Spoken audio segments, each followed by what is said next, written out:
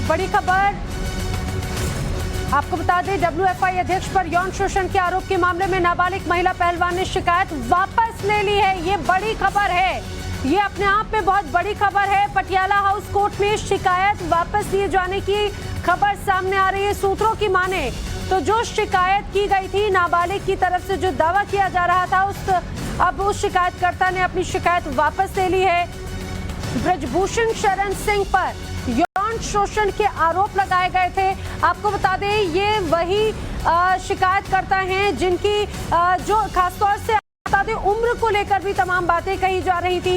एक तरफ ये कहा जा रहा था कि नाबालिग नहीं है, क्योंकि जो शिकायतकर्ता थी और जो तमाम रेसलर्स थे वो बार बार इस बात को दोहरा रहे थे कि नाबालिग पहलवान के साथ में भी यौन शोषण किया गया और पॉक्सो एक्ट के तहत शिकायत दर्ज की जाए। ये बात बार बार इन पहलवानों की तरफ से की गई, लेकिन ये बहुत बड़ी खबर है। अमित कुमार ज्यादा जानकारी के साथ में मेरे साथ में जुड़े हैं। अमित, सूत्रों के हवाले से खबर है कि नाबालिग महिला पहलवान ने शिकायत वापस ले ली है।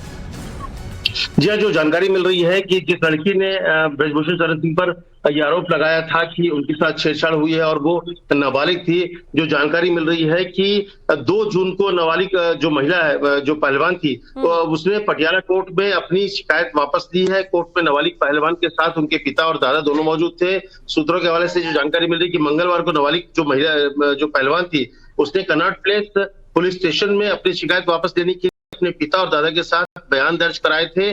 उसके बाद कोर्ट में मजिस्ट्रेट के सामने अपने बयान दर्ज कराकर अपनी शिकायत वापस ली है। तो ये एक बड़ा आरोप था। पॉस्को के एक्ट के अंदर ये आरोप लगा था सिंह के ऊपर में कि उसने एक नाबालिग लड़की, जो महिला जो लड़की थी, जो पहलवान थी, उसके साथ छेड़छाड़ किया और ये एक बड़ा आरोप था। और ऐसे में ये केस वापस होना मुझे लगता है ब्रजभूषण शरण सिंह के लिए एक बड़ी राहत हो सकती है, बड़ी खबर हो सकती है। और अपने आप में ये बड़ी खबर है कि इस पूरे मामले में जिस तरह से शिकायतें दर्ज हुई थी, उन पर FIR दर्ज हुआ था पॉस्को एक्ट के तहत, ऐसे में जिसने आरोप ही लगाया था उसने ही पूरे केस को वापस ले लिया है, पहले कनॉट प्लेस पुलिस स्टेशन में और इसके बाद कोर्ट में।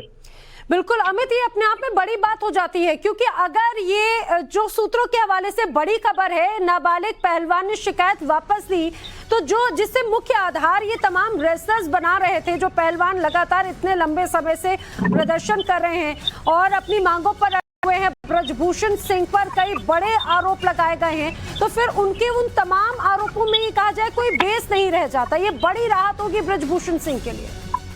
देखिए, जो सूत्रों के हवाले से जानकारी मिल रही थी कि जो दिल्ली पुलिस जो जांच कर रही थी, उसमें भी कुछ ऐसे बड़े तथ्य सामने नहीं आए थे। और सबसे बड़ी बात की सबसे बड़ा आरोप जो था ब्रजभूषण शरण सिंह पर, वो यही था कि नाबालिग लड़की के साथ सेक्सुअल हरासमेंट, जो छेड़छाड़ का आरोप था। और इस बात को विनेश फोगाट से लेकर तमाम जो महिला पहलवान थी, वो बार बार यही कह रही थी कि बच्चों के साथ ब्रजभूषण शरण सिंह ने इस तरह का आरोप लगाया और एक नाबालिग जो है वो पहलवान है, वो इस बात को लेकर केस दर्ज कराएगी। सुप्रीम कोर्ट के पहल के बाद ये पॉस्को एक्ट में शिकायत भी दर्ज की गई, उसकी जांच भी हो रही थी। और इस दौरान उस लड़की के तरफ से अगर ये मामला वापस किया जाता है, तो इसे आप कह सकते हैं कि बहुत बड़ी राहत के तौर पर ब्रजभूषण शरण सिंह के लिए हो सकता है, क्योंकि बहुत बड़ा आरोप उनके ऊपर सीधा सीधे लगा था।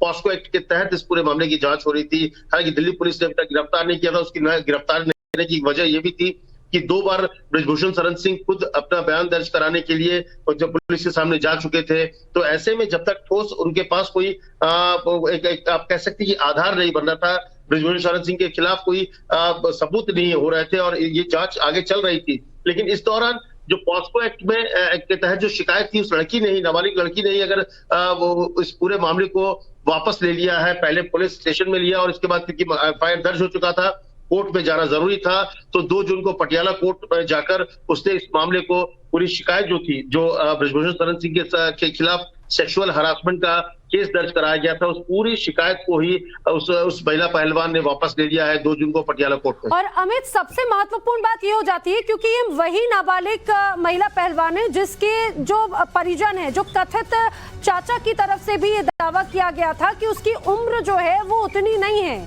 उनकी भतीजी नाबालिग नहीं है। पहलवान गुमराह करने की कोशिश कर रहे हैं और इस पूरे मामले को एक दूसरी तरफ अलग दिशा में बढ़ाने की कोशिश कर रहे हैं।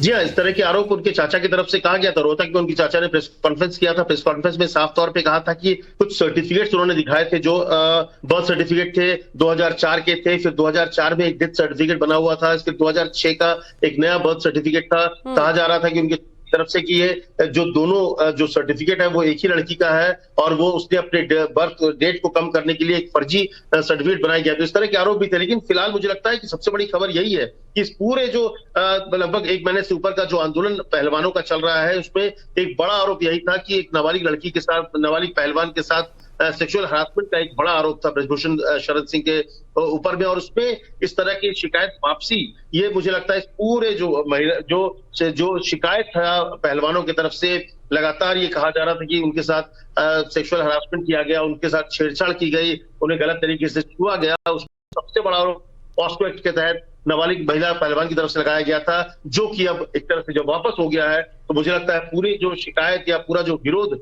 जो महिला पहलवान और समेत जो तमाम पहलवान बजरंग पुनिया से लेकर तमाम लोग कर रहे थे, अब मुझे लगता है वो खत्म होता दिख रहा है पूरे एक तरह से। बिल्कुल। अमित, आप बने रहिए हमारे साथ में। अपने दर्शकों को इस समय की सबसे बड़ी खबर हम बता दें, पहलवानों की इस पूरे प्रोटेस्ट से जुड़ी हुई बड़ी खबर क्या है। बड़ी खबर यह है कि WFI अध्यक्ष पर यौन शोषण के जो आरोप लगे हैं, उस मामले में जो मुख्य शिकायतकर्ता थी नाबालिग लड़की, नाबालिग पहलवान ने शिकायत वापस ले ली है।